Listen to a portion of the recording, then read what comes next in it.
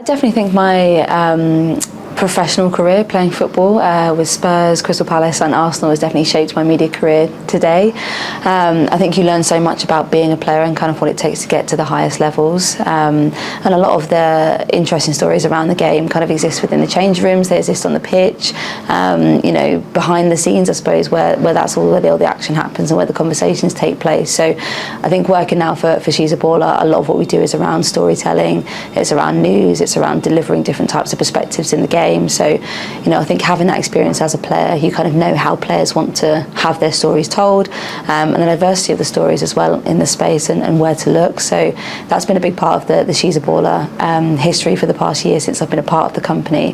There's definitely been sort of growing the ways that we tell the stories. So, you know, you've got your Instagram, you've got your TikTok, but we've also developed platforms across YouTube and across the website as well, because we appreciate that, you know, written pieces, longer form pieces, short form content, punchier content. There's so many different ways that the audience wants to receive that content now, and the way that stories are told. So yeah, it's definitely been helpful. So when I started working for She's a Baller, one of the first things that I did was look at the strategy behind what we put out, and I think obviously, you know, diversity and inclusion in the game is super important. I think myself as an LGBTQ plus person, you know, I'm always keen to kind of represent those stories, but also from a mixed race perspective as well. I mean, it's no hidden secret that the WSL, the Championship, aren't always or haven't always been the most inclusive and diverse spaces. So for me, I think it's mainly about trying to increase that representation and tell those unseen and unheard stories sometimes. So, you know, when we're working with grassroots clubs, we make sure that we're working with LGBTQ plus clubs, we're working with players from all different types of backgrounds.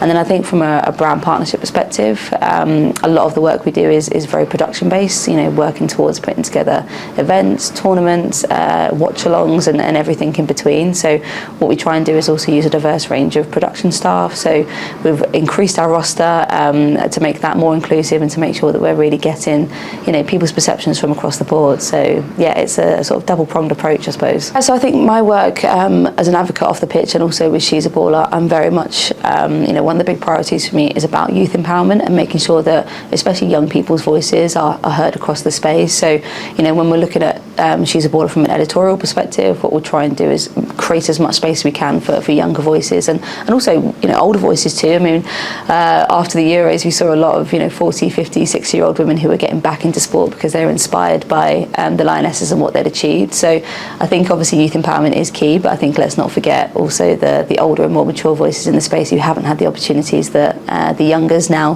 do. I think one of the biggest challenges that I see for young people in the space, and especially with social media, is always mental health. I think the more videos you have out there, the more footage, the more content that is created, it's a wonderful thing because you get to share those stories, but two, I think it does sometimes overwhelm people. It's very easy to create a culture of, you know, looking at what people have, look at what people are doing and kind of feel like you're not in the space that you should be. So I think mental health is definitely absolutely key to ensuring that, you know, young people especially, feel empowered to keep sharing their stories and have that support where they need to.